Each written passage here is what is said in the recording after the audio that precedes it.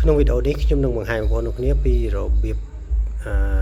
share internet Wi-Fi អ៊ីនធឺណិតពីទូរស័ព្ទ iPhone ទៅកាន់ទូរស័ព្ទផ្សេងបាទអញ្ចឹងសម្រាប់ iPhone គឺយើងអាចកំណត់ឈ្មោះ Wi-Fi ក៏ដូចជា password Wi-Fi ឲ្យងាយស្រួលក្នុងការ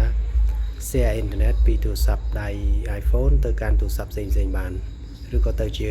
កុំព្យូទ័រអញ្ចឹងបាទអញ្ចឹងទី1បងប្អូនចូលទៅក្នុងទូរស័ព្ទ iPhone ហើយយើងចូលមកកាន់ setting នេះមកបាទអញ្ចឹងបងប្អូនគ្នាចូលមកកាន់ setting បន្តមកទៀតគឺយើងទី1ចំណុចទី1គឺបងប្អូនចូលទៅក្នុង general បាទចូលទៅក្នុង general សិនដើម្បីកំណត់ឈ្មោះទៅលើ Wi-Fi របស់យើងដែលយើងចង់ដាក់ឈ្មោះណាបាទចេះទី1បងប្អូនចូលកាន់ general មកបន្តមកទៀតយើងចូលពាក្យថា about បន្តមកទៀតគឺនេះគឺជាឈ្មោះបាទអញ្ចឹងឈ្មោះនេះយើងអាចដូរបានណាបាទអញ្ចឹងមកដាក់ឈ្មោះនេះខ្ញុំដាក់ឈ្មោះWi-Fi យើងមកចុះបងប្អូនស្រឡាញ់ឈ្មោះ Wi-Fi បងប្អូនឈ្មោះអីគេអបមកថាខ្ញុំចង់ឈ្មោះ Wi-Fi នេះខ្ញុំចូលថា CM អញ្ចឹង CM ឥឡូវថយខ្ញុំដាក់ឈ្មោះ Wi-Fi នេះខ្ញុំដាក់ឈ្មោះថា Smart Share អញ្ចឹងណា Smart Share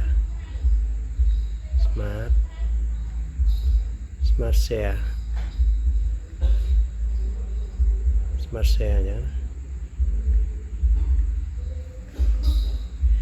អញ្ចឹងបានថា Wi-Fi នេះខ្ញុំដាក់ឈ្មោះថា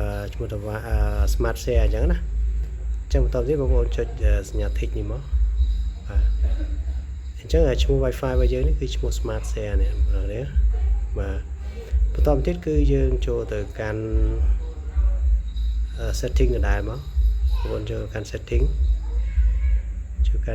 មកតោះទៀតបងប្អូនចូលទៅកាន់ពាក្យថា personal hotspot នេះមកបាទអញ្ចឹងជាទូទៅគឺទូរស័ព្ទបងប្អូនភាគច្រើនគឺនេះកន្លែង allo ជាន់យើងបើកមកណាយើងបើក allo ជាន់យើងមកតោះទៀត Wi-Fi password យើងទៅដូរមកបងប្អូនគ្នាយើងអាចដូរ Wi-Fi password យើងលុប Wi-Fi password ដែលមានពីមុននោះយើងដាក់ថ្មីមកណាអញ្ចឹងយើងអាចដាក់ឧទាហរណ៍ថាខ្ញុំដាក់ grade 8 grade 9អញ្ចឹងមកបាទយើងដាក់ grade 8 grade 9ឬក៏បងប្អូនចង់ដាក់ទៅសាច់ចិត្តហ្នឹងបាទអញ្ចឹងខ្ញុំដាក់ហ្នឹងដើម្បីស្រួលចាំតោះបងប្អូនចុច tick នេះមកអញ្ចឹង Wi-Fi password អញ្ចឹងគឺលេខហ្នឹងណាបាទតោះនេះយើងបើកនេះមកបើក allo នេះមកបាទបើកចឹងមក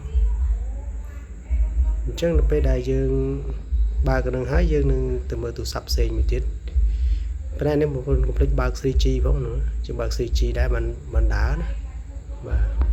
បាទអញ្ចឹងបងប្អូនឥឡូវខ្ញុំបានបើក hotspot ទៅលើ iPhone ហើយឥឡូវខ្ញុំចូលទៅយកទូរស័ព្ទមួយទៀតដើម្បី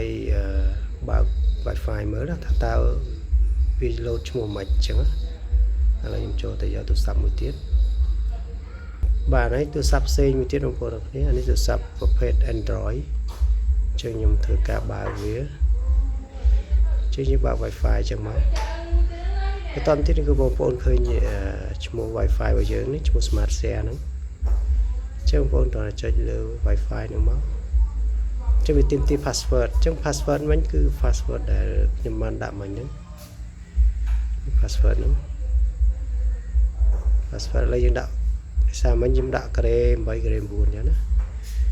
ទីយើងវាយចាំមកឲ្យ connect មកបាទចឹងបានជាប់ហើយនេះបងប្អូនគ្នាគឺ